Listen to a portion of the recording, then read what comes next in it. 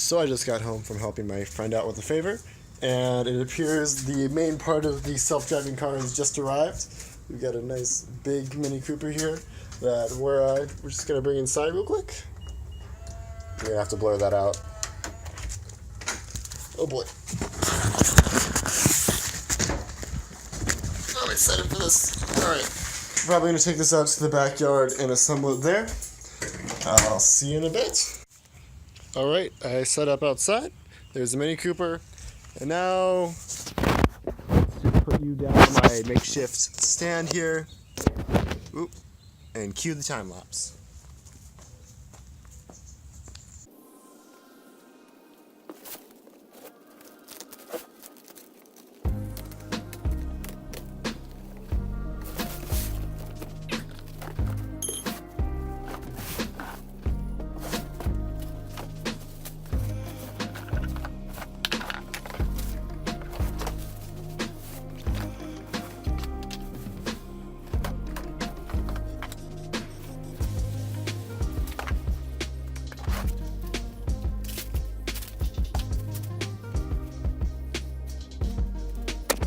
Alright, so here's the unassembled car.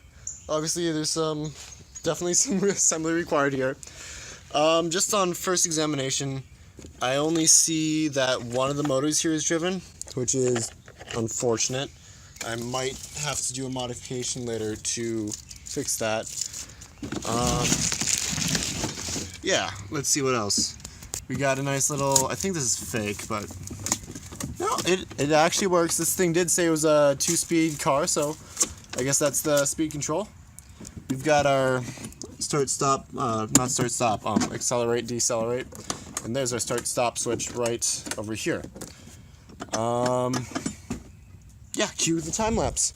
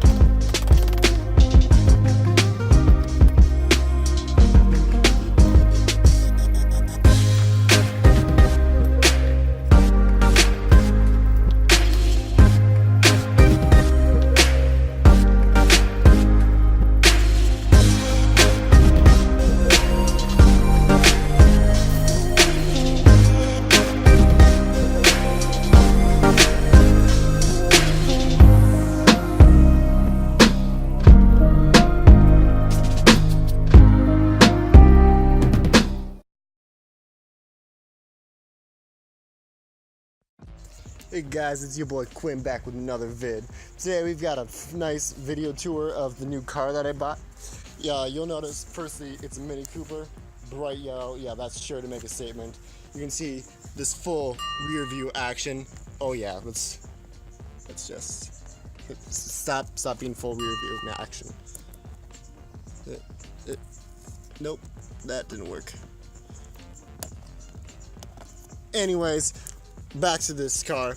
This car is fully electric with full seat removal action. Oh yeah, check this out. I'm just gonna wham. Check that out. Now you can see the engine underneath. Yep, check that engine. It's a full 12-volt DC motor.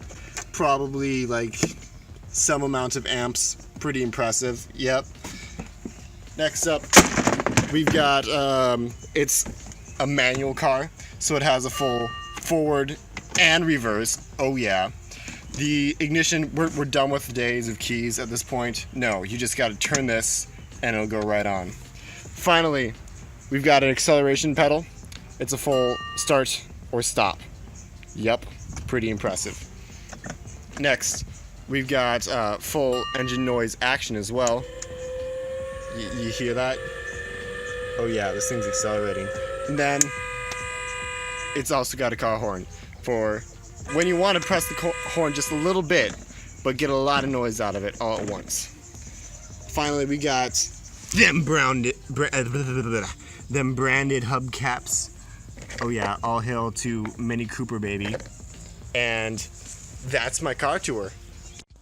Okay, so far I've done a whole bunch of messing around, but I haven't really told you what I'm doing on this.